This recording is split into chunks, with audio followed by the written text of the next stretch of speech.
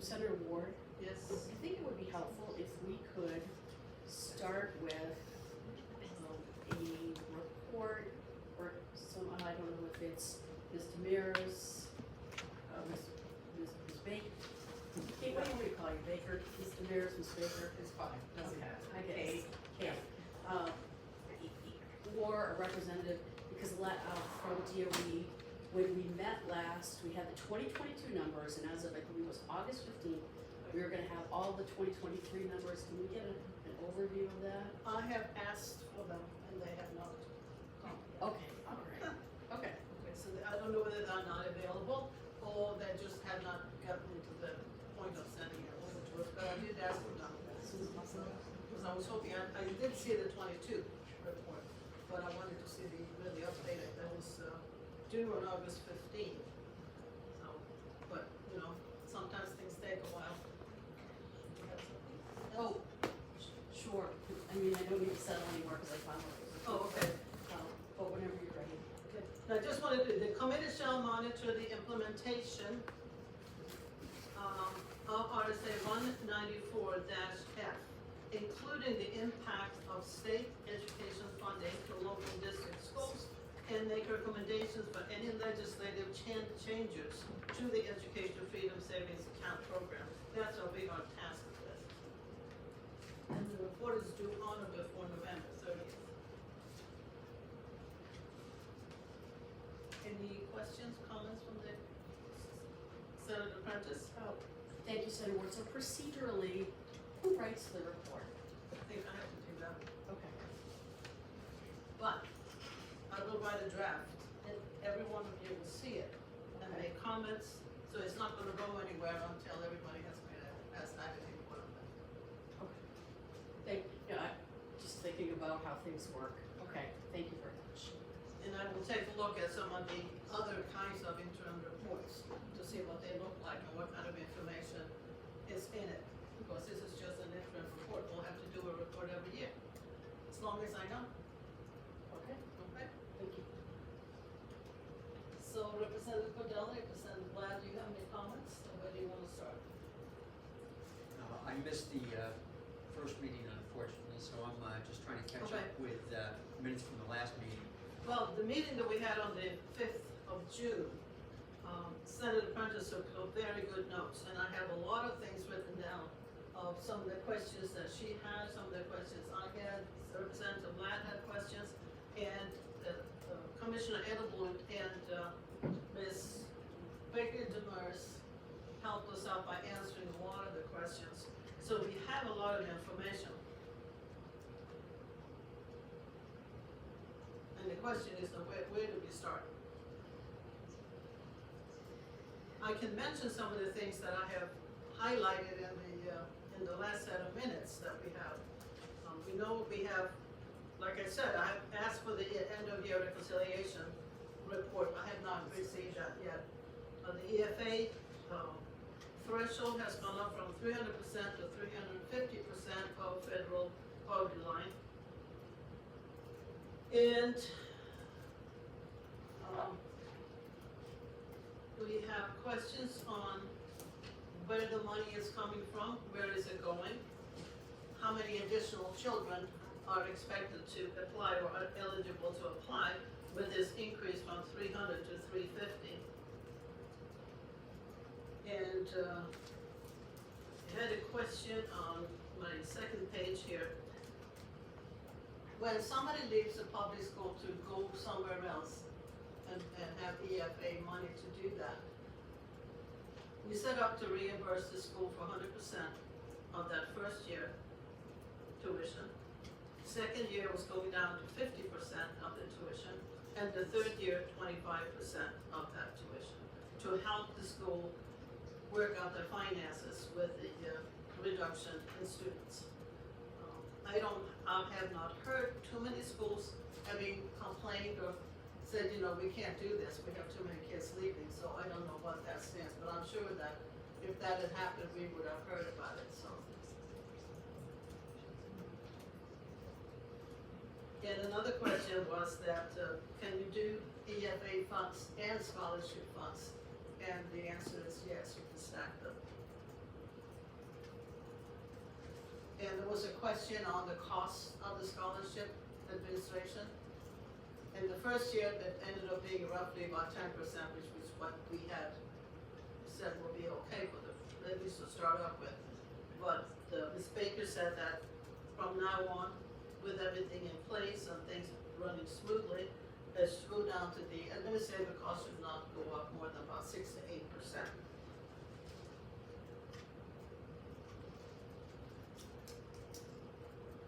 And concentration obviously is still in the areas where you have low income families.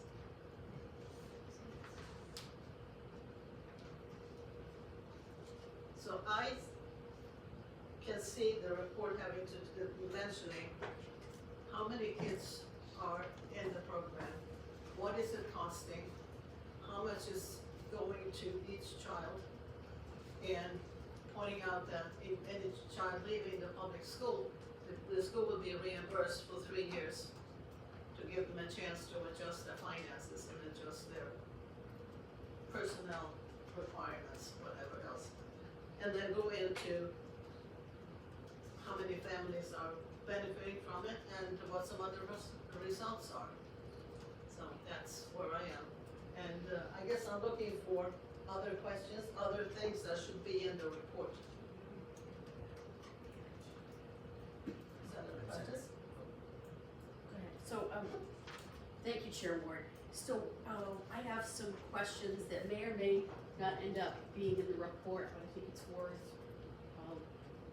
putting on the table, and it has to do with the financial side. So it might be Ms. Baker. I can try to answer anything, just if you want me to. Sure. Kate, you wanna come up and Okay, I Kate. can try to be answer available for Yeah. questioning? Yeah, I can try to answer anything. Again, it's about the scholarship fund, I can answer foundation. everything about the scholarship. Scholarship fund. foundation, yes, you Yeah. can. Yeah, And, yeah, I can. I am Kate Baker Demers from Children's Scholarship Fund. Baker Demers, Yeah. Baker, okay. Either way, it's fine. Do you want to give us the microphone? The microphone, sure. Thank you. Okay, so I was looking back at the notes that I had the pleasure of writing for the last meeting and thinking about the audit process. And so there's the, May I ask a clarifying question? yes, Do you mean the Department of Ed's constant monitoring, or do you mean our audit by the external auditor? audit, Grant Thornton, I think it is. Yes, the external auditor. External, Yep, and then I got wanna it. loop it back to, Okay, great. to the DOE. Okay, great. So, I think it was on page 8 or 9, there is, talks about, it talks about funds, received from New Hampshire for the EFAs. You talk about the footnotes from the auditors. No, about it's right in general- the like, The beginning. it's like a financial statement, Yeah. and it's on 8 or 9, like, it is the financial statement. And it has in there in terms of not expenditures, but, the incoming funding. Yeah, And there's I think it's 9 million. yeah, because we hold it as a liability, because Okay. it belongs to the families. And so that's why it looks like that as the financials. So, and then tracking back to the fact sheet that's on the DOE website, that like Okay. Excel sheet, and it talks in there about what was spent Yeah, for EFAs, and that was what, 12.7 million in 2022. So both of these Okay. numbers are from 2022. So to me, there seems like there's a gap. What's the difference in these? How do we reconcile that's a this? great question. I definitely couldn't answer this off the top of my head. Okay. Yeah, so- I'd have to pull real numbers and look at what you're looking at, and then look at what the DOE had on the website. Because remember, when we're depositing it into the family grant, we've in essence given the family the grant, and then it counts as a liability to us because it's due to the families, and so there's that number. And then that is in constant motion. So at any point in time, you could say, now what's the balance, right? And the balance is a different number, and so I would have to pull that and look at it to be able to answer well, especially retro, right? Yeah. It looks, so it's, and I'd be happy to show you the two different, where. Yeah, where 12 sounds about right. Like, for example, I brought you the retrospective expense reporting for 22-23 from September to June, and it's 10 of the 12. Okay. And so it would make sense there would be 2 over the summer, and then the 2 of them together go. But to pull from the audit and compare to something here, I would need to do a better job answering it. And I think it's important to make real sure that we're stuff. looking at the state, so, because sometimes when things are posted, it is a matter of timing that creates these gaps. Because our fiscal year ends August 30th. The state fiscal year ends June 30th. Yeah. And so it could be that difference also. But again, I'm answering off the top of my head. That's now. okay, so let's follow up and account on that, we'll Yeah. report it. It would be better to go to my CFO and have my CFO answer your question instead of me. Okay, that would be, that is fine, thank you, thanks Kate. And then, so in looking at this and thinking about audits, and I run a not-for-profit and we have an outside group that does our audits, risk-based audits, so Yeah. in the rules, statute for DOE, there is language about, having a risk-based audit, so is Grant Thornton considered your risk-based audit? That's correct. If you, on those first few pages, you'll see that it's both risk-based and program audit. Okay. Yeah. And when they did the audit, they did the education freedom accounts because they pulled, for example, behind all of this spending is receipts, right, and expenditures and transactions and orders, and they pulled a sampling from those to do the audit. Does that help? It does. Yeah. Okay, I'm just actually gonna go back to, the liability on the books Yes. as we call it. So when you're talking about that, are you saying because there's this, say $5,000, let's, say 5,000 that's going to that EFA student? Yeah. Is it considered a liability because it's not paid out all at once, it's paid out over a period of time? Yes. Okay. Okay, those are my first, and I'd be willing to turn over and keep rolling here. Thank you. Because remember, we're holding it for the family in that digital wallet. Until they expend it, then we're holding it for them. And again, for my not-for-profit world, we hold, say, certain amount of dues on the books, and we consider those liabilities until they're paid out. So I want to make sure I was clear Yeah. that this was an apples-to-apples translation, and I think that's good for the public too. Yeah. Okay, great, thank you. Oh, my pleasure. Yes, thank you. Thank you for being here. I was just wondering if you have any information on the number of the students with EFA accounts last year that maybe did not return Yeah, for EFA. it was about 600 that didn't return. Okay. Yeah, out of the 3,300. And there was, graduations, kids returning to public school, people moving out of state, Do you, and there was new kids, that in essence would replace them. right, sure. That's normal, families move around, especially when you do low and moderate income families. But I did not bring that data on paper. Right. Yeah. We'll make a Do you- list for you. If I follow up, thank you. Do you have any idea how many possibly left their EFA account behind and went back to a public school? I'd have to look further into that, the Okay. number to give you that exact data. Great. Yeah. I know circumstantially, it's quite a few. We do see a lot of students choosing their public high schools after participating in the program for lower grades because of the services that the public high school offers. You want to play on the football team or participate in chorus, and so that's a really normal course of events. The family might choose to homeschool or a small private school for K-8, and then go to their area public high school for the services that they offer. We've also seen, remember, families using the EFA to buy those services from the high schools, and I thought that was something interesting that you might want to include in your report. The amount of money, and it's not that much, but about $30,000 of families paying public schools, and so if you're gonna report on the number of dollars that went to public schools for the switchers. You might also want to report on the number of dollars that families from the EFAs are using to pay public schools, because that is a really interesting and significant piece of our program in New Hampshire that doesn't exist in every program in the nation. And so I think we could be a model for that, and you may want to consider, making that part of the discussion.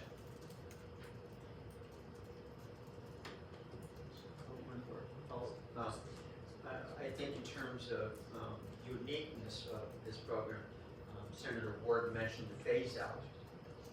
That's unique also That's, in New yeah, it's Hampshire. not anywhere else that I'm aware of. Yeah. Yeah, and being able to use your education freedom account to pay a public school for a class or course or thing you want to participate in or out of district. Most of the kids that are using it, the EFA, to pay a public school are choosing a different district's public school, and that is also unique to New Hampshire.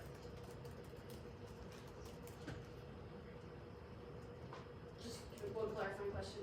Sure. Keith, they may not, what you're saying is they may not stay, so this is unique, and that they may not stay within the same district, they might go to a different district. I'm And curious. then parent pay tuition. So most districts will charge tuition to a family that wants to go there from a different town if they have space available. And there are some schools that don't have space available, but many of them do want families to come and pay tuition for the school. As an example, Pinkerton seems particularly popular to kids that aren't assigned to Pinkerton and want to attend that school. There was a child going to Bow High School. There was a family up north choosing a public school that they said actually was geographically closer to them than the one they were assigned. And so for them, it was easier to choose Bath Village School. And what else? Someone else went to Sauhegan in Amherst from a different district. So they're paying parent pay tuition. They do need the scholarship though also to be able to make that work, because the tuitions are quite high. So, so the parents are paying that amount, or they're using the EFA? funds to pay EFA that and amount? scholarship, and then sometimes they still need to pay a little bit also. Again, each district sets their tuition rate based, I think, on their cost per pupil, it looks like. So Amherst was quite expensive at $25,000, so that family had some figuring out to do. But there are many of them that are significantly less, and so if you have an EFA and a scholarship, you can make that work. You do need both to do it though. One more question.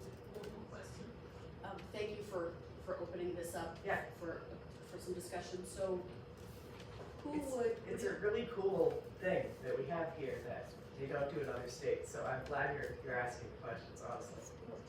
So, thank you. And I am curious, so where, is it Scholarship Foundation or the individual school districts or the Department of Education who can actually quantify that type of movement? Like, I Yeah. think that has to. So the kids do have those SACIDs, remember? They have those SACIDs, those state IDs. Yep. And in their I4C system, the kids have different types of coding. And so if you're a kid coming to your district from a different district, it would be like, and Brian can correct me if I'm wrong, I'm doing this out of my head, but I think it's enrollment code 2, which means parent pay.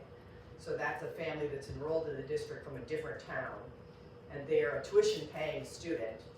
And then the district would then sign up as an education provider in the education freedom account to get so that the family can pay them, and sign up as a school under the scholarship program, and then we pay them that piece. And so yes, the family is putting together multiple pieces to do it, but I mean, the public schools can be automatically approved as an education provider. Clearly they qualify, right? And so it's been exciting to be able to enable kids to do that. But yeah, there's coding in the DOE system, the I4C system, that makes it so you can see that it's not a district kid. I think we have to show how that goes both ways, so I'm gonna stop there and let someone else go, and then I do have some more questions, but I'll take a break. Anybody up on my left hand side that have any questions?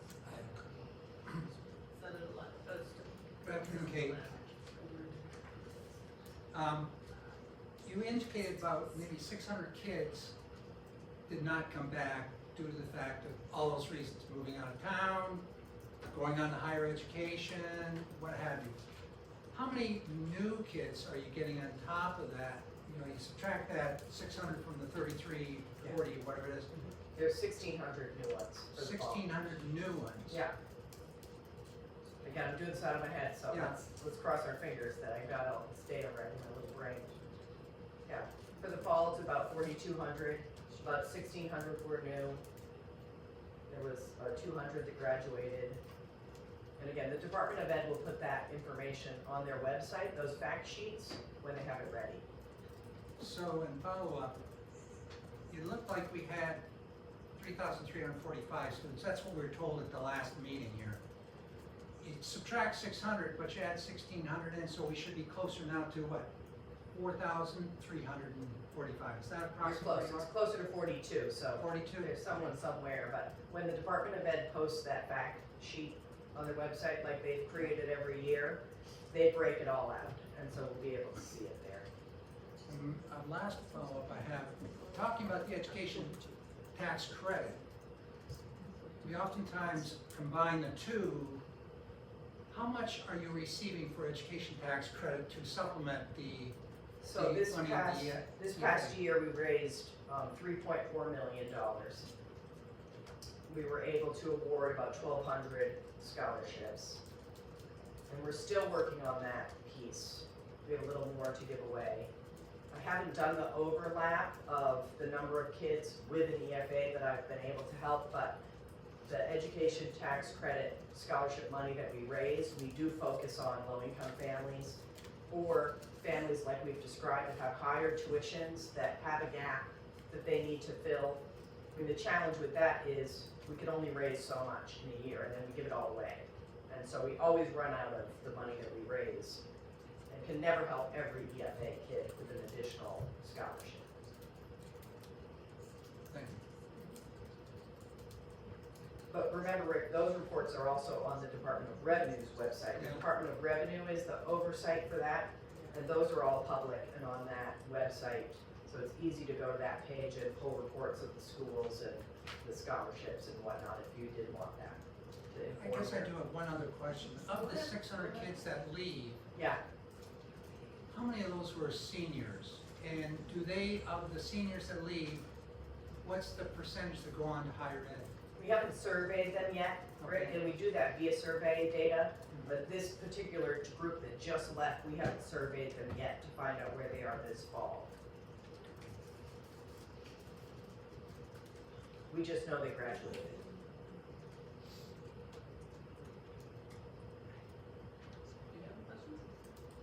I will say though, Rick, in the scholarship program, we have had 100% graduation rates for the lifetime of the program. That's significant. I thought it was interesting, yeah, I thought at some point, someone would struggle and not, but no, it's been 100% graduation rates. And then we do track, and it's again on the Department of Revenue's website, that survey data from the past 11 years that we've been running the scholarship program. We do track whether they go to not only higher ed, Rick, but also a career or tech school, also working, also military, and so we're keeping track of where they're going through that mechanism, but we wait. We wouldn't survey them immediately, we would wait so that it's real, attainment information. We do that 2 years after. That's interesting information, seeing that in our high schools, it's around 91, 92% graduate. It did always seem astonishing Yeah. to me also, yes. Thank you. But remember that when you're in one of these programs, you have that agency. You're basically in a position where you're choosing what you think is optimal for you. So it makes sense that you would then thrive and succeed because you had the agency. If you didn't like what you were participating in, you could do something that was different, right? If you chose a school, private, public, whatever, career tech, and you were like, oh, this isn't working, you would then switch to a school that did work for you. So it does make sense that we see success from the students because of that agency that they have. Thank you, Senator Moore. Thank you for being here Oh, today. yeah, my pleasure. I have a lot of questions. I'll stick to maybe a couple simple ones. So we're looking at an increase of $5 million taxpayer money with and that increase of 1,000 I didn't come prepared with this fall's information. I came with the expense data from the prior year. And so when I'm going into this new year, I think it's best to wait because the Department of Ed every year does a sheet by each town where you can see directly the inputs and outputs. So if you have, whatever town, you'll see there's 3 kids, you'll see how much it costs, you'll see the minus for the money they had to pay back, to the district for the kid leaving or not leaving. And so, in my opinion, it makes the most sense to wait for that data and financial information from the Department of Ed. It seems like if you're asking me, you're just getting it out of my head, which is circumstantial information rather than concrete data from them. Is that the report that I'm waiting for? I think that is the report that you're waiting for, yeah. Can I ask another question? Is there another question? I have another question. Okay, sure, go ahead. So maybe you can't answer this either. So as an educator, accountability is important to me, and especially when tax dollars are attached. And so I think if someone is choosing to homeschool their child and they're not receiving tax dollars, I guess I'm hoping they're receiving a good education, but I guess it's their business. But as soon as tax dollars are attached, one of my questions is how do I'm concerned about accountability? In what type of accountability are you interested in? Well- Academic performance? Yes. Okay. I mean, we have all sorts of ways to hold public schools accountable. We don't have the same ways to hold private schools accountable. They have their own way to hold themselves accountable. And certainly, if a homeschool student is now accepting his own EFA students and they're accepting money, it seems like we're creating a new definition of like a hybrid school. Many of them are using, in fact, hybrid schooling, right? Part online, part in person also. So, I mean, they do have accountability academic requirements in this program, so they have to do a standardized test or do a portfolio evaluation. It looks like the homeschool law, but they're doing it to inform themselves so that they can then make those decisions for their children. Remember, this program is about the agency of the parent and their freedom and decision making, right? In New Hampshire, we trust parents. That's why we put this program into place. So they're doing an annual standardized test to inform their own decision about whether or not their choices that they've made for their child are working or not working. So it's, in that regard, it mirrors the homeschool law. It is, though, for them to be able to make decisions, the same as you would do your standardized testing in the school as a teacher or an administrator, and then use that information to inform your educating of the child, right, tracking their growth. I mean, that's what they're doing through the portfolio evaluations and the standardized tests. They can choose any standardized test. I know that if we look at the standardized test scores of private schools in New Hampshire, for example, the high schoolers from New Hampshire private schools that take the SAT, because all of our children in grade 11 take the SAT, they do score about 200 points higher than the average, and they're in the average. And so I guess if you wanted to look at how these students were doing, on the expense categories that you have before you, you can see that about 65% of the dollars is for tuition at private schools. And I know that those test scores for the private schools in New Hampshire are generally available information. As a matter of fact, I found the data on many of their websites. And it looks like they generally score in that 85th percentile for proficient, and or the test scores of the SAT takers are quite high, or higher rather than our traditional schools. And so if does that help you? Does that answer your question? Sounds great. Because I think there's a lot within what you're saying. Certainly, some of those scores are not New Hampshire kids, unless the private schools have broken down into boarding schools like Exeter. There may be students from outside of the country taking those tests, and if they don't disaggregate that data, you won't know that, right? And so that can be within that data, imagining. I mean, for me, the best accountability in this program is the fact that you have mobility, is the fact that you're able to make a choice. And so there's nothing impeding a family, if they were attending a school that they were not satisfied with, from switching to a different school. And I think that that mobility is the ultimate in accountability.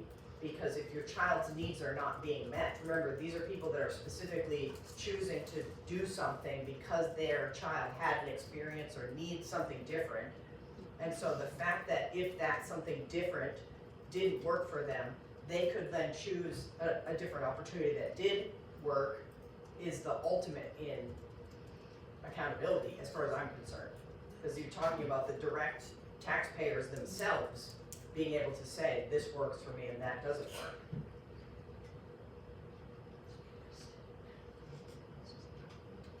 Is there a follow-up? One more. But that accountability could be a behavioral accountability. So if the student doesn't have to be academic, Explain a little more. meaning if a child is struggling in the school socially, they could leave. So that's a different type of accountability that they're leaving for that reason, rather than that they are being underserved academically. And I would question whether, parents know their children, but do they know the children as students if they're not educators? And how do they know that their children are being underserved academically?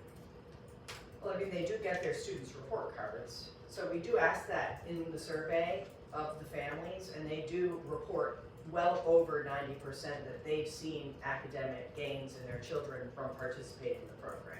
So perhaps they're getting that information from the fact that they're doing the standardized test, or looking at their children's report cards, or doing the portfolio evaluation, which a certified teacher does with them, and then reporting to us that they see academic gains.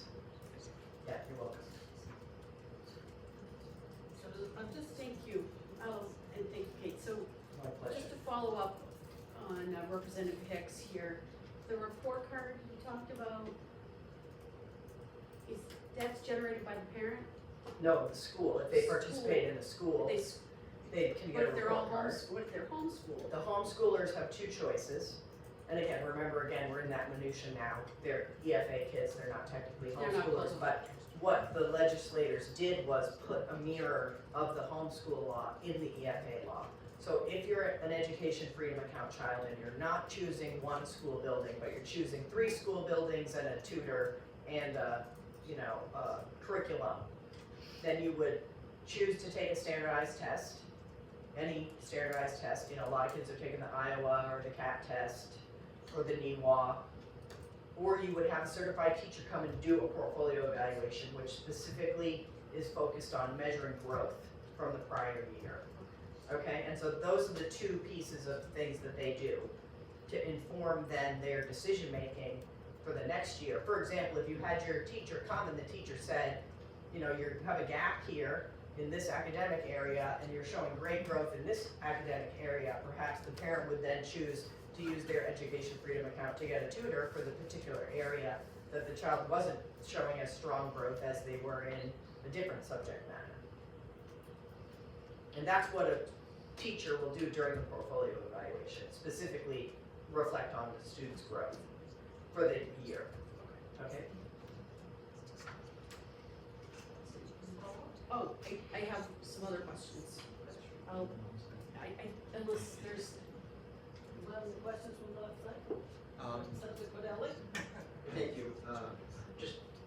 I think you mentioned before the graduation rate from the tax credit scholarship of 100%, and the possible reason that they're choosing the education option for their child. I think that that's a perfect example of the accountability that we're talking about, a demonstration of that accountability, and the accountability that is the focus of this program, which is parental accountability. The parents can always walk and find another education options that many in public schools cannot because of their circumstances. And I think if you look at surveys, I was looking at one recently in terms of why people choose a school, and in terms of a public school, the lowest scoring reason, 10%, was because of test scores, and the highest was because it was their assigned school. But if you look at students leaving, very often, or in most cases, their top reasons for leaving a public school are bullying and safety. So I think that definitely plays into parental accountability and not, having to rely on an educator to determine if a student is succeeding academically. So I think that we've seen it before in terms of statements that it takes an educator to determine what is best educationally for a child. I think that's totally false. I reject that out of hand. I think it's the parents' responsibility for the upbringing, including the education of their children. Well, I think it might be interesting too, you've framed leaving a public school or going to a public school as a negative there, Representative Corneli, and I would just caution you that remember that there are families in this program who want to go to a different district's public school for the programs that they offer. And so I think that, it's not necessarily so much an either or discussion as it is that by creating this program, now you've given people the ability to look at the different things that are available in their geographic area and perhaps, unbundle it or choose the courses from their, local school that they want to take and choose a course from a different school and choose an online course. And so I would just caution you that it's not just, the choosing a public school or not choosing a public school, but rather, there's a lot of families who may want to go to a different district's school because they offer a specialized program, and I think that's cool, right? That's an interesting piece about this, that, families are now somewhat unbundling and choosing different education providers for different types. Maybe they're choosing them based on their expertise, maybe they're choosing them based on,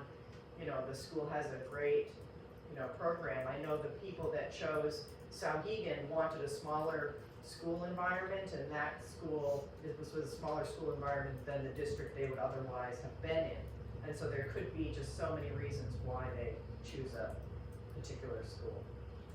Follow up?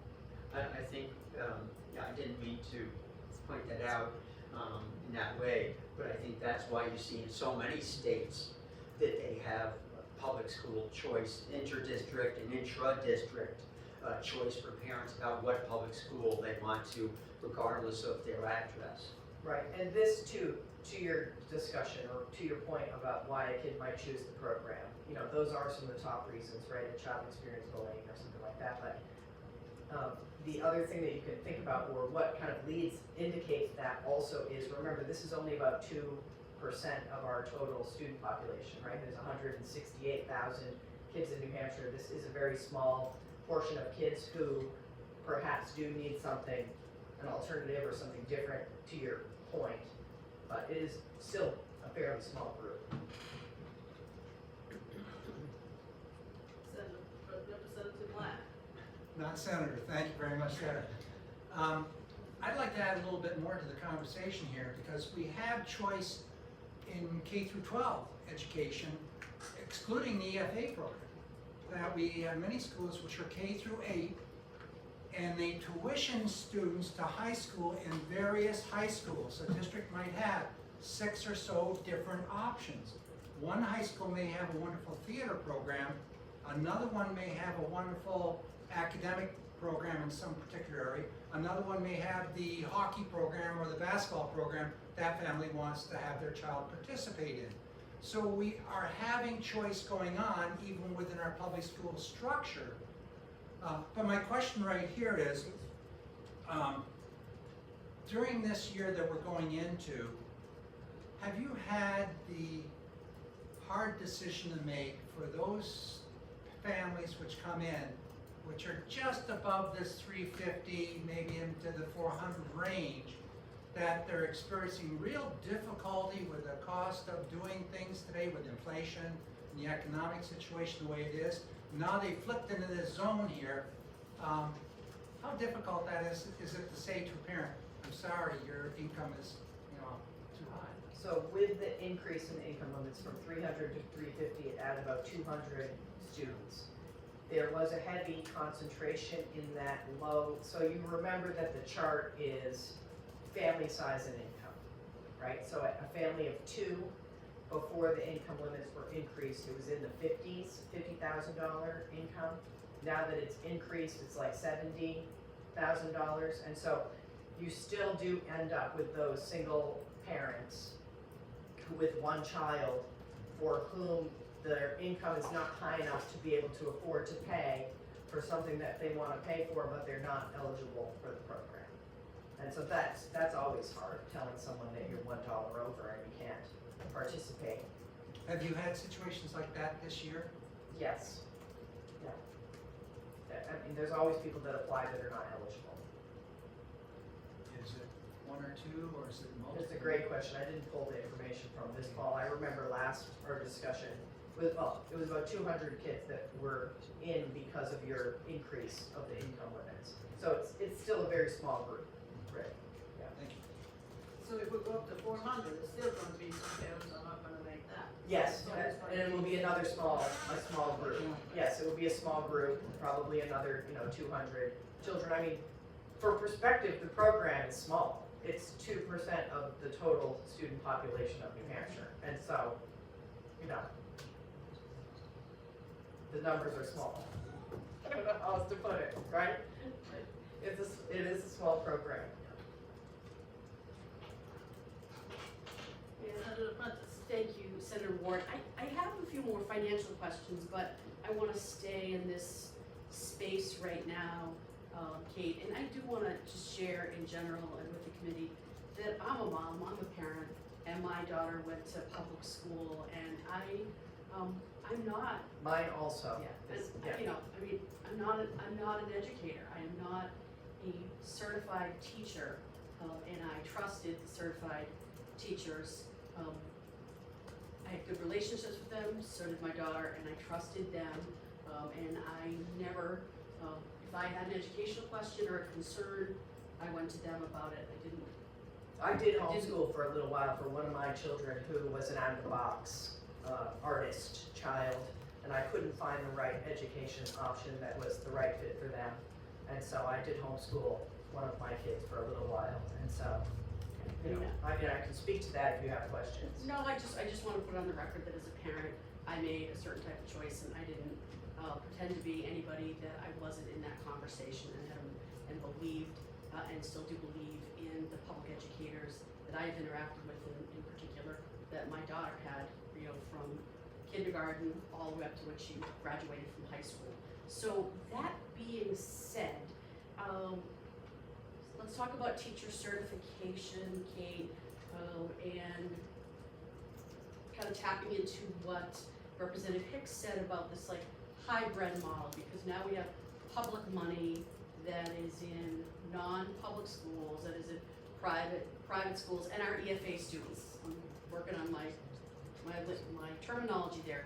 So when they are attending or have any type of relationship with say a learning pod, a collaborative, a friend-a-pod, they're not all required to have certified teachers. I know this has been talked about before, but what I've just been, as we go on through this process and thinking about more is that there is public money going into the hands of, organizations like, Prenda would be one of them, but I know there are others.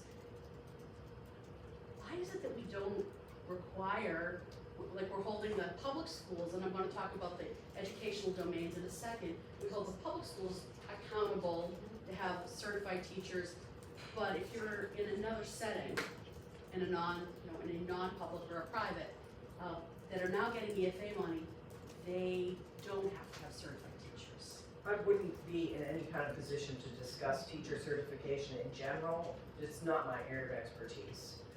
I do know that private schools hire the people that they think are the best suited to teach the courses that they teach based on their maybe life experience in some instances. For example, I know people that are music teachers that are incredible musicians, and then they are the music teachers in a private school. And so I also know there is a role for a certified teacher in this, in that some of these micro schools where learning pods have been started by teachers who have said to themselves, I noticed, there's one in particular I can think of in New Hampshire where a teacher from Bedford did leave the school system to start a learning center. And he said that he noticed during the pandemic that his students learned better in small groups, and he wanted to be able to teach them in small groups. And so there are teachers taking on these starting of schools and starting of pods that we're seeing. That's something we haven't discussed here, is the amount of new education options that people have created in New Hampshire to serve the children. I know there's a new micro school starting in Newport. There's one that just started in Nashua. That's the particular person that I'm talking about, that was a teacher at Bedford middle school, Lurgio, and then went on to start this middle school in Nashua, saying that he noticed that for smaller groups of kids, they were learning better, and he wanted to have that opportunity to create a model that particularly was individualized. And so the additional role for a certified teacher, remember, is through that portfolio evaluation process and helping the family to be able to make those kinds of decisions and measure the child's growth. And so I think there's a lot of roles for certified teachers in this program. And also remember, some of the kids are still choosing to purchase their AP classes from a local high school. And so I just don't know if I would blanket, I think the schools that hire people to teach music, say, in their school, that may or may not be certified, the private school is choosing the person who they think is the best qualified for it. And again, I'm outside of my expertise now, for sure. Follow-ups? And thank you thank you for working with me on this, because I think we'll need to follow up in this area. So my line of thinking here, Kate, is that a parent could choose to move their child through, K through graduation, say like high school level, and only ever use maybe a learning pod or a Prenda pod that never sees a certified teacher in that entire time. And I don't know if you can, so thinking of putting that on the table, and if I'm correct about this, but they are, through this program, if they apply and they're eligible, receiving public money. So if they're getting public money and there's never an intersection with a certified teacher, then I'm gonna shift over into the straight public school. Because you're right, private schools can hire whoever they want, certified or not, like they can do that, I understand that. But if I come over here into the public school range, certification is required. So I'm trying, where's the apples to apples in this, regardless if it's $5,000 per student, and maybe for some schools, because we know from that spreadsheet that you gave, it's not a spreadsheet, but you did that inventory of like what types of schools, even the names of them, how much they receive. Some of them receive more than others, so that's, they're making a decision or not using certified teachers. We're in the public school setting. But they might also be using certified teachers. The fact that it's not regulated, that they don't have, right? So I don't know that it's an apples to apples discussion, because if you're thinking about, you have a private school, some of the teachers in there probably also taught in public school at some point, and now they teach there, and so or some of the teachers, there are private schools who require that their teachers are certified. So again, it's totally, I don't know that it's and then remember, when you're doing the homeschooling piece, if you are a home ed student, you're doing the standardized test, or you're using a certified teacher to do your portfolio evaluation. So I'm just not sure it's apples to apples discussion. And I think that, respectfully, and you're doing a great job trying to, navigate with me on this, it's not apples to apples, and that becomes, again, when public money is being used, that becomes the question and or the concern. And just, I have some others, but I'm gonna let the floor go, but help me with just one more thing. And thank God for Google, but I couldn't get myself there fast enough. When we talk about 100% graduation rate, is it the portfolio assessment and that blessing that brings, for say, an EFA student, so now I'm going to EFA student, the homeschool that receives EFA funding, is that the blessing point of saying graduation, you have, and I haven't even talked about. New Hampshire has the standard graduation, the state has standard graduation requirements. So is that assessed by that portfolio? Yes, that's right. Okay, thank you, and now, Got it. I'm gonna, thank you, I'm gonna Yes, see my back. pleasure. Carol. I love it. You turn it on, don't turn it off, I like I'm gonna your come back. questions are good. Yes. It's, Your questions are good. Thank you. Your suggestion micro schools, this is also a new school. So non-public schools are subject to certain requirements by the state of New Hampshire. There are 130 something non-public schools. And they have to do some immunization reports, emergency operations plan, mine is too soon. Attendance reports, are the micro schools subject to those things? Do you Yeah, know? micro schools are tiny private schools. Okay, yeah.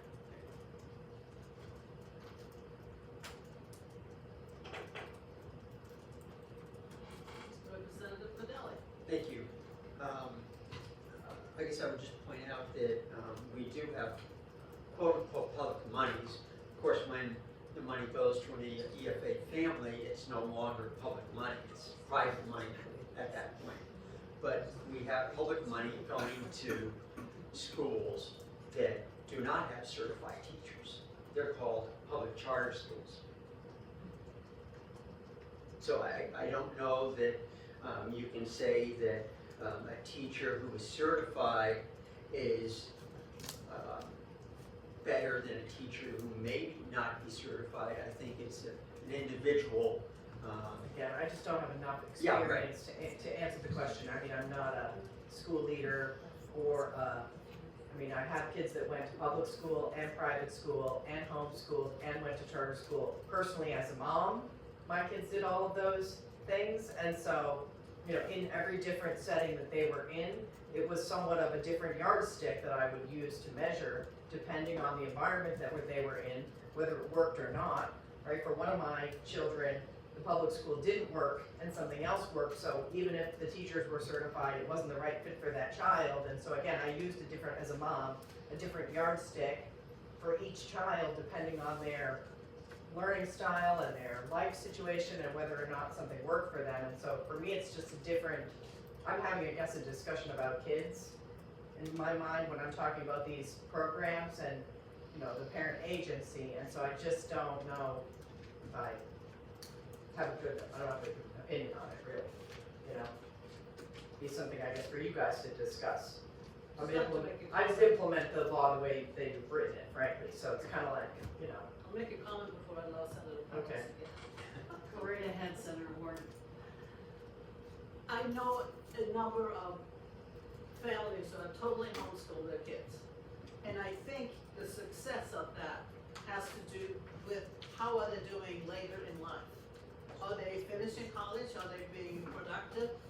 And if they are, I think that you shouldn't have to feel that you have to go a certain way in order to be productive members of society. Some kids that I know have done absolutely fantastic. They have been So yeah, they homeschooled win the this, whole time. win this geography bees and spelling bees and the science I know, bees, right? Because Yeah. they have, and I think they have a certain level of confidence also because of what they have gone through. So that I just wanted to, you don't have to have a certified teacher.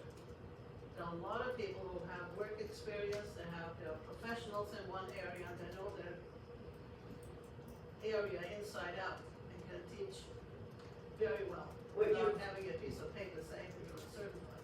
What you've said actually made me come up with an idea that you might want to include as a suggestion in your report. So the survey data that I'm talking about is data that I collect because I'm required to do a survey through the tax credit program and I wanted to survey the EFA families. So I used the similar survey to what I do with the tax credit program and surveyed the EFA families also, because I feel like that's valuable information, right, for all of us. But it's not required by law that I do that, I'm just doing it because I think it's good practice. But if you wanted to design a survey and include that as your recommendations for this committee, then I could take your survey questions and then give those to the EFA families and you could get some of this data. And so if you're interested in asking them, and perhaps that might be a question that you would ask that Senator Prentice. You know, would you be happier with a certified teacher versus, you know, or why did you not choose an education option that had certified? That might be interesting information to glean from the families. And so I'm going to survey them regardless. And so if you had suggestions of questions that you wanted included to be able to, you know, for example, Representative Cordelli, would it interest you, you know, from the families that did switch, why did they switch? And so perhaps that's a question you might. And so if you included some of those questions in your report, we could then add that into the survey and perhaps bring you some more interesting data to discuss. I'm just looking at what we're supposed to do. and Fair enough, I'm just saying, you got to. Outside of what we're obligated to do in our. That might be a recommendation though, right, to make a recommendation, But the you talk about recommendation. education, there's so much information, so many interesting aspects of it. And I don't think we can get into every single one of them. It's fascinating.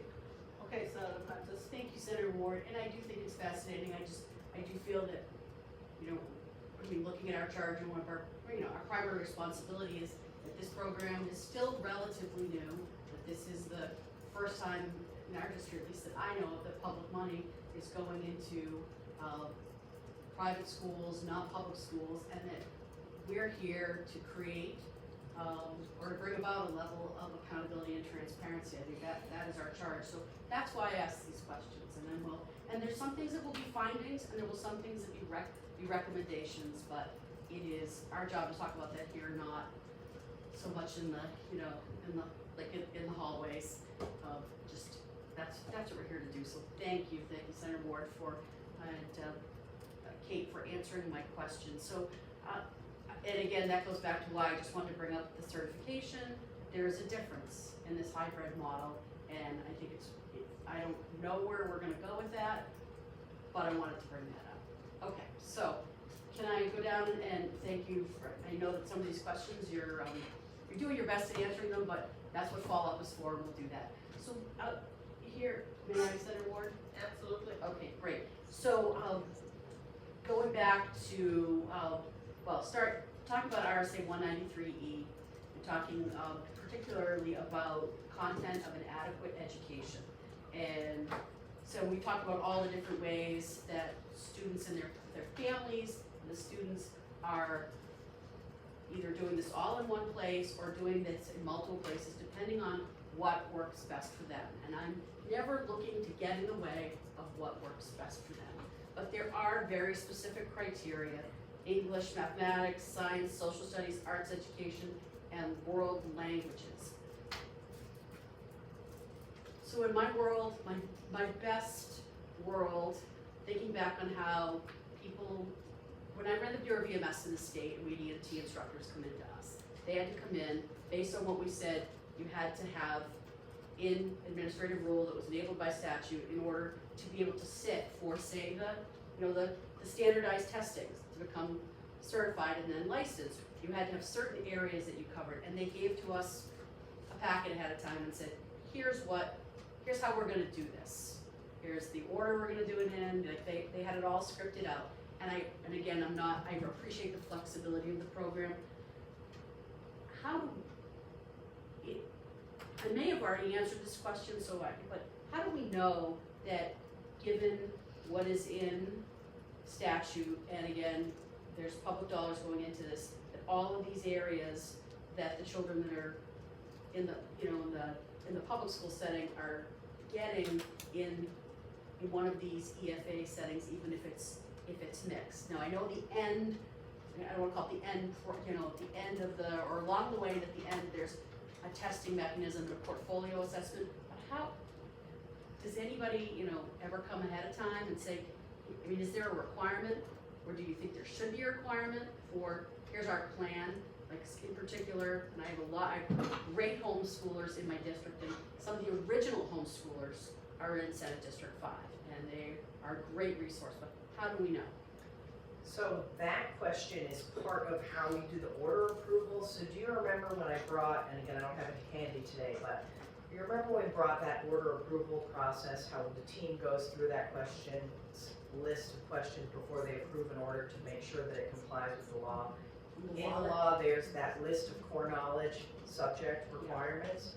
And so a piece of the order processing is look at what the family is doing and then say which one of the core knowledge subjects is this in, check, yes, it's allowed. So it does look more like you took a scope and sequence and you were checking them off. So it's as if you were doing assessment via observation, where you were checking when a child, like project-based learning, where you were checking when a child meets X, rather than the opposite, where you're giving the child a standardized test and then saying they did X, Y, Z.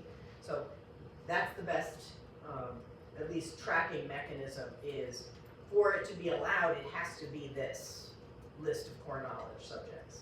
So, may I? Thank you. So, yes, so you're talking about the spending of how they spend. Yes, I piece of think it. I think about this like virtual wallet. Yeah, the parents' agreement is that they will meet this core knowledge So list requirement, and again, it's reading it verbatim to you right now is not in my head, but that's in the parent agreement, that they will educate their child in, and it looks, again, it reflects the homeschool law. So they come to you and say, they put I in a need this receipt curriculum for X, right? Like some families are buying a whole year's curriculum and it covers everything, and that's easy. But say you're buying a book, you would say, I'm buying this book for X. So you can tie back all receipts to, this is what we're trying to get at, all receipts or purchases from the wallet to one of these core areas. Correct. Okay. Yes, unless it's the career. Some of the core areas don't apply. For example, if you're going to a college or you're paying private school tuition, for private school tuition, we don't have to check off that it's one of these boxes. Does that help you? But that textbook and curriculum line has to be these categories Okay. or core knowledge subjects. Does that help? Yes, it does. I want to see the correlation Okay, between good. those. Okay, thank you. Yeah, you're welcome.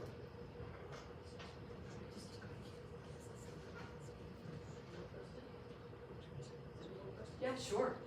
I have a few more. So I'm gonna flip back to the beginning of our discussion around finances. So, Kate, in terms of accountability, if somebody, just walk me through this. Yeah. And if you said it before, I apologize. It's okay. If somebody makes a purchase Yeah, and they return the item, yeah, the money goes back into the digital wallet. how, is there a connection between the vendors and the digital Yes. Okay. I Yes, think you talked about this. yes. All right. So there's 3 ways you can use it in the, so the state gives us the grants. We assign it by child, by dollars in the digital wallet. Then the family logs into that digital wallet and says, I wanna pay X school, uploads the invoice, it pays directly to the school. If the school wanted to return that money, they put it right back into the wallet. In the wallet, digital wallet, there's a whole marketplace, and Amazon is in there, right? Which is why, to your concern last time, you were like, why is there so much Amazon, right? It is the largest textbook curriculum supplier on the planet, and it's integrated. So a family goes there, they say, here's the textbook I want, they put it in the cart, then the cart comes to our team's looking at it, that's when we're saying which core knowledge subject is this, okay, it's an English textbook, that's for the right grade level, kid English, yes, we can approve it, then the money goes to Amazon, the textbook goes to the family. If they want to return it, the textbook goes back to Amazon, the money goes back into the wallet. So it's kind of like a closed circuit system, I guess, if you think from engineering perspective. Okay, so Does there's that no, help you? yeah, it Yes. does, and I remember that from Yes. the last meeting. But then there is the reimbursement piece, where if a family has paid something and they have proof of payment, and for example, Representative Hicks ended up in this scenario last time, remember, where a family had gotten a reimbursement, they can get reimbursed for expenses that they have proof of payment for, and that is reimbursing them directly. So that's out of the loop of this particular, does that help you? It Okay, does, great. and thank you. You're welcome. It is an entirely new way of thinking about, looks kind of like an HSA, right, health savings account. Just, I know I'm gonna get into the weeds, but just for a second, how many staff members do you have? There are, it takes about 12 FTE full-time people to run the program. 12 now, Yeah, just, the report says 10. it's very administratively heavy, as you've noticed, right, when you're looking at, so on this report that I brought you guys, there was 30,000 orders for the last school year. And it's looking at each of those 30,000 orders with human eyes. And then there's the application processing where the family has to be 300% of poverty line or below. And there was 5,000 applications to process, and that includes looking at the family's tax return with human eyes. And so the way the program is designed is pretty administratively heavy, both on the application side and on the order processing side, because each of these children, there could be a child with 50 orders, right? So it's, yeah, it's heavy. Go ahead. Thank you, Senator Ward. So two things, I'm gonna work this backwards, so call it like an honor code. So if they get reimbursement, they buy outside of the wallet, but they buy it and they come for reimbursement, and they get reimbursed. How do we know that they returned, like, Yeah, there isn't a mechanism for that. a No. mechanism? So, But most of the people are shopping in the marketplace because they don't have to go out of pocket. Remember, these are low and moderate income people. And so they don't have cash on hand to be doing anything of substance outside of the mechanisms. The reason that so many families use that marketplace, right, to your point, why that Amazon amount was so high, is that that's a closed circuit where the money is in there already and they can pay without going out of pocket. So in general, that's the way that people use it, more prevalent than not. do we have a percentage of when wallet is used versus isn't used? The wallet is used every time, even the reimbursement is a closed Reimbursement's circuit there. in the So wallet. the reimbursement part of the wallet, is there just a way to Yeah, split I that can up? find that. It might be very small, but I think about, you know, a code of honor. Yeah, I could bring that next time. Okay, Yeah, how it divides out based on how people are using it. Yeah, that'd be fun. that would be great. And then, Right, can I have a question in between? you, Senator Ward, it's your meeting. Thank you for giving me the time It to is talk. not my meeting. All right, well, let's watch it. This is, you're talking about being reimbursed. Yeah. Now, say that I have ordered this book on Yeah. Asian literature. Yeah. And I'm through with it, and I don't need it for the next year. You Yeah. say you can return it to Amazon, and then the money will be put back into the wallet. That's correct. At Yes. this point, the book is probably valued less, Yes. so. I have noticed the families have, in one particular group of families, set up a little trade group where if they have stuff that they bought with their EFA money, they know they aren't supposed to sell it, to your point, right, Representative Prentice? They've set up with themselves these little groups where if you're going into the next grade and the family has something, they're sharing with each other, and so I thought that was cute, but does that answer your question? Yeah, I'm About just what they're confused, doing because with it. if you have a Yeah. physical item, Yes. it's. Yes, they once have to they've pay used it, I postage. mean, there's a lot of consumables, you wouldn't do that with workbooks. I remember in the beginning of this program, some of the families being so thrilled to be able to get their child a workbook that was new, because they had been sharing workbooks, and you know, the mom would go through and erase the workbook, and so I had some moms who were really happy to give their children their own, you know, notebook, new materials, new pencils. But yes, I have noticed that they've started to share with each other when they're done using things, and that is very adorable, and a great way to do it. I told them more power to you, you should, don't sell them, to your point, Senator Prentice, but you could, if you wanna give it to another family, by all means. That was nice. Senator Prentice, you have one more, I think we should finish at about 2:30, so. Sure, I do. Thank you. Well, you know, I actually have a lot of I have constituents that are very interested in this. And It so is interesting, I agree, I I think am it's getting cool. regular Yeah. questions, some Yeah. of them are here. Yeah. But it's not, you know, this is, I believe this is the space and our responsibility to do this. So, and I You're heard. not bothering me, Oh. I like it, it's Okay. fine. Yes. So conflict of interest, Kate. Yeah. So where, is there a let me walk through this. If you have, we vote on certain things as a legislature to fund, including, you know, this program. And then there are folks that are outside of this program, that are, say, these learning pods or schools. is there like a conflict of interest form that is signed off on by, say, a family member of a policymaker, or, I mean, here we have a policy, if you are voting on something, or to the point even involved in the debate, and you have a conflict because there's a pecuniary interest, like you could actually make money from doing this, you're supposed to declare that. I've thought about that a lot too, because I remember too, you know, like you vote on budgets. I remember too wondering, right, like, can you vote on, like, everyone's kids go to public school, but yet you vote on all of that stuff also. And so I remember kind of thinking like, I don't know, I think that's you have a whole committee, Yeah. am I right about that? But why don't I just tell you what I do at Children's Scholarship Fund, just for fun, okay? So as an example, none of the employees are participants, okay? None of us could or would sit on a private school board, right? And I also wouldn't participate on any school boards, you know, because that would be a conflict of interest, right? If I sat on a school board that then I was processing the orders for the school to get money, that would be a conflict of interest. And I think too, if there was a parent in our program who then I hired to work, like that doesn't work either, right? You can't be someone that participates but be approving the orders, right? And so that's how I handle it at Children's Scholarship Fund. And on our website, we do have our whole, you know, nonprofit transparency and conflict of interest policies there. And so that's the way we handle it.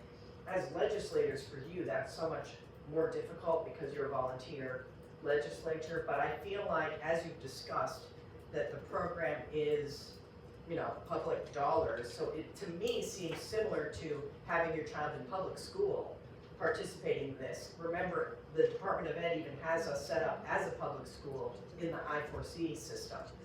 And so I do see this as the child's public education, the way they're accessing public education in New Hampshire. And so how you all vote on things that are public education, I don't know, that's a whole, you know, that's another again, not qualified to answer that. It's okay, it's about voting on where it becomes private, and from a public, you know, with respect to what you said about, you know, we vote on things that have to do with public education.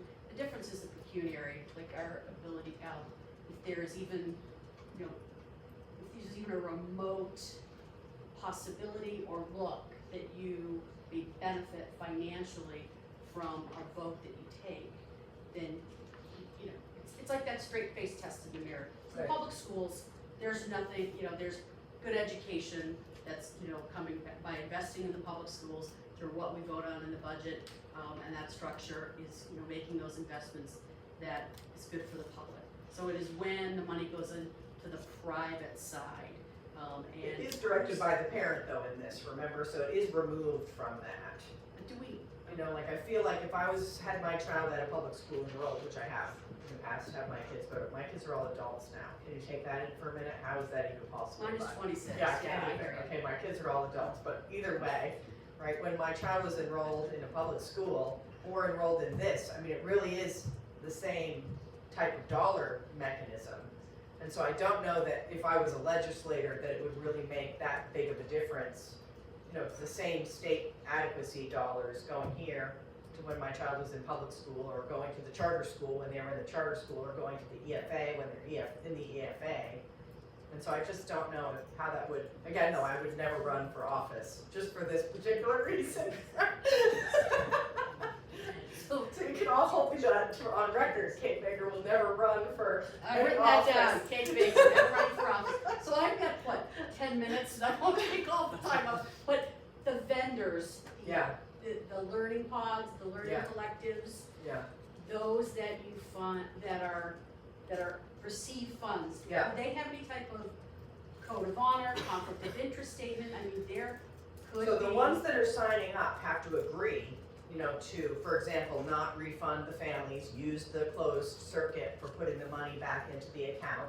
I mean, there are certain things that they have to agree to if they're participating, but then you get into that scenario where, you know, for example, the Representative Hicks scenario, or the, like the McCullough Planetarium. So a child goes to a program at the planetarium, and then comes and says, this was part of my science curriculum and project for this unit. And so they get reimbursed for their planetarium experience that they had. And can you then hold the planetarium responsible for that child who participated in a program at the planetarium and used it for their science and then got reimbursed for that? I don't know, is it a conflict if somebody's on the board for the planetarium and also voting on something? I don't know. So I think that's a gray space there where it gets difficult because, again, remember the families could be choosing, there's 900 education providers or retailers on the list at this point.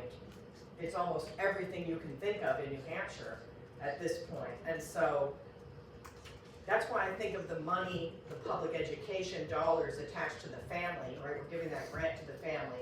The family is then directing it to the education providers that they want to provide the services. So that's why I think of it as a mom, right? When I'm saying when my kid was in public school or my kid was in EFA. My kid was never in EFA, but you know what I mean. I do have one at Keene State right now. Keene State is great, so you know Keene everybody. State is great. Keene Yeah, State is great. My daughter's. I think to that point, there's some colleges on this list also, where students have been taking courses and classes. I didn't see Keene State, but I did see Lakes Region Community College, Manchester Community College, NHTI, Southern New Hampshire University, kids that haven't graduated At yet. the high school level taking. Yeah, yeah, those dual enrollment classes, yes, they're quite popular. Okay. I think for now, I'm gonna relinquish the last 6 minutes and give it back to you. So then we can decide when we're gonna meet next, so we need to do the next meeting. Hey, am I good? You guys good? Can I go- They already- can I go back to Except my for every seat? one like this, thank you. Good.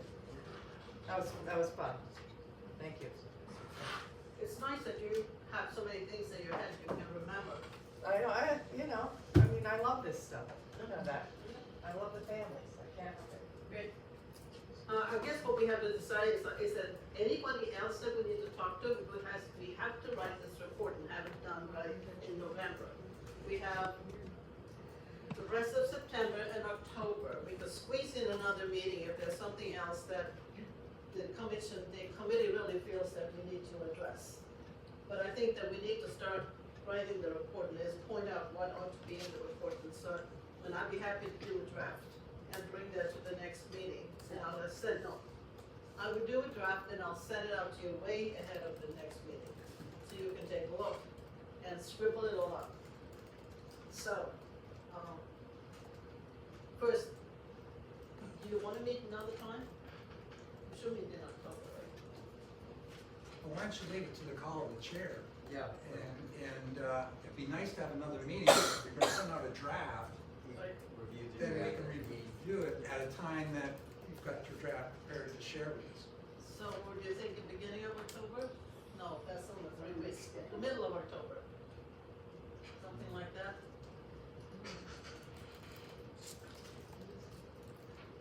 Today is a Tuesday, right?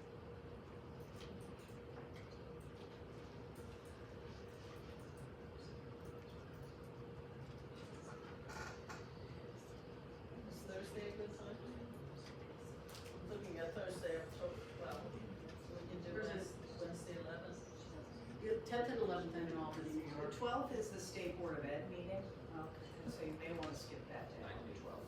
So we should do it afterwards? The next week, I have a trustee meeting with University System New Hampshire on the 18th and 19th.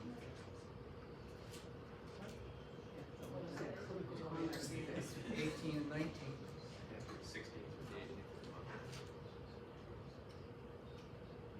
18th and 19th, on the Sunday. I cannot do the 16th, we did Cannot do what? 16th, 17th, or 18th of October. You could do 19, but wait a minute, when is for? We have a University System New Hampshire trustee meeting at PSU on the 19th. Of the day? Yeah, those are, Oh, okay. we're looking at governance systems and Well, that's not a doodle poll. Yeah, do it poll or Friday, and, Chair Ward, would it be acceptable during your, while you're working on putting together this report, that any of the, like, findings from, would you be open to receiving ahead of time, some of my findings and recommendations? Yes, just send it to me, Send it to you, I will. Okay. because we want to have a comprehensive report with as much input as possible. Okay, we'll do a doodle poll and decide on that sometime in October. And we have until the end of November, November 30th is the due date for the report, so we should be able to do that. Other business that needs to come before the committee? Hearing none. Do I have a motion to adjourn? Seconded. All those in favor of adjourning? Aye. Aye, thank you very much. Adjourned at 2:26, thank you. It's cold. Yeah, was we here last week? I was here last week and it was the opposite. I know, that's why I'm like, I think this is wonderful. It was great.